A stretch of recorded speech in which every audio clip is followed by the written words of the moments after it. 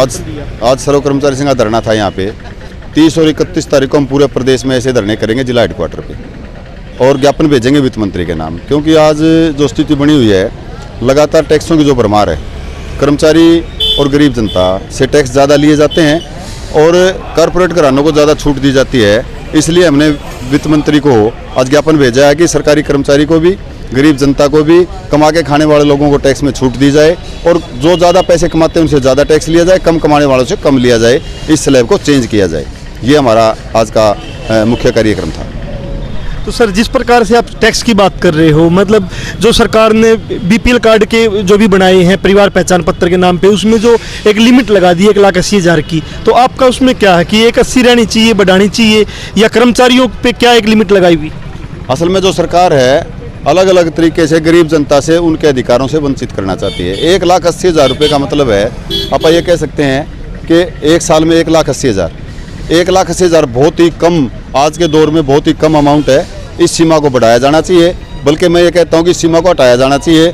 जो पेंशन की बात है, बीपीएल की बात है, और अब हज़ारों लोगों के बीपीएल के कार्ड कट चुके, 1,80,000 की सीमा आने के बाद इस सीमा को समाप्त किया जाना चाहिए। और सर्वे करके गरीब जनता जिसके पास खाने के लिए अनाज नहीं है, उसको फ्री में अनाज देना सरकार की जिम्मेवारी है। सरकार ने उसको फ्री में अनाज देना चाहिए।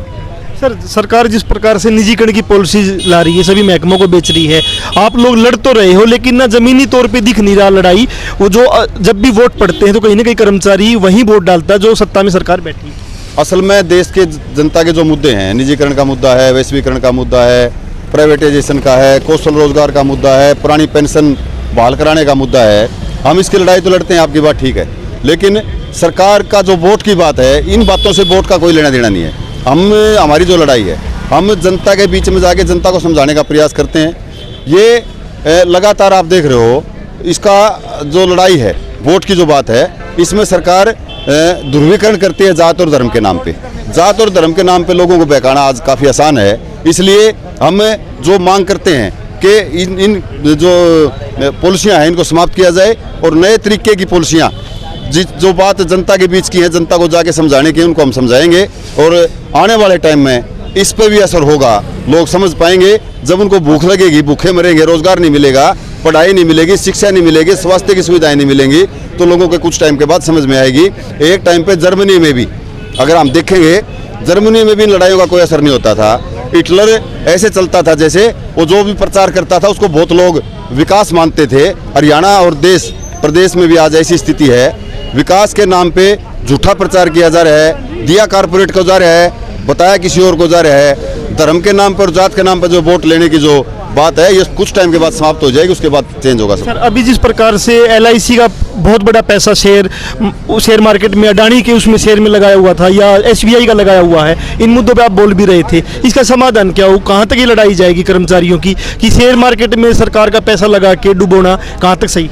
हमारा विरोध जब से है, पेंशन का जो इन्होंने फंड बनाया था, नई पेंशन स्कीम जो इन्होंने लागू की थी, उसके जो ट्रस्टी बनाए थे, उस टाइम से हम विरोधी हैं। और उस विरोध को करते चलते आज ये खतरे हमारे सामने हैं।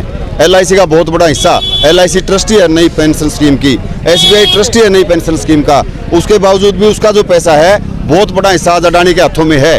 अडानी इस देश को छोड़ के भागेगा तो हमारी पेंशन को भी खतरा होगा, हमारे बैंकों को भी खतरा होगा, LIC को भी खतरा होगा, और सरकार को रिकवरी करवाने के लिए हम मजबूर करेंगे, आंदोलन करेंगे, पूरे देश के लोगों को उठाएंगे, हमारा हक हम लेके रहेंगे। सर, सुरेंद्र यादव हमारे साथ है, सर्व कर्मचारी संघ के जिला के अध्यक्ष है। सर, जिस प्रकार से भी LIC का पैसा डूब गया, 23,000 रुपया LIC का डूब गया अडानी के उसमें, तो इसमें क्या कहना चाहोगे जनता को कि जनता को किस प्रकार से रिएक्ट करना चाहिए, जनता को किस प्रकार से लड़ना चाहिए? जनता से पहले तो जिम्मेवारी सरकार की बनती है। सरकार लगातार कॉर्पोरेट्स को नीतियों के तहत सभी विभाग बेच रही है।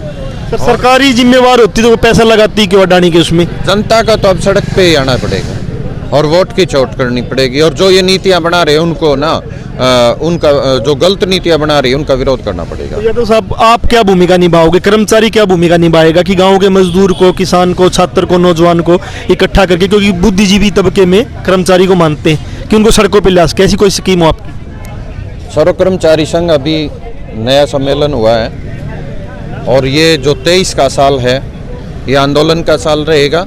हम गांव में भी जाएंगे, गांव-गांव जाके जनसभा करेंगे और सरकार की नीतियों को जनता के सामने रखेंगे और वहाँ सरकार के बीच जो जनता के बीच जाके सरकार की नीतियों रखने का काम करेंगे और लोगों को लामबंद करने का काम करेंगे।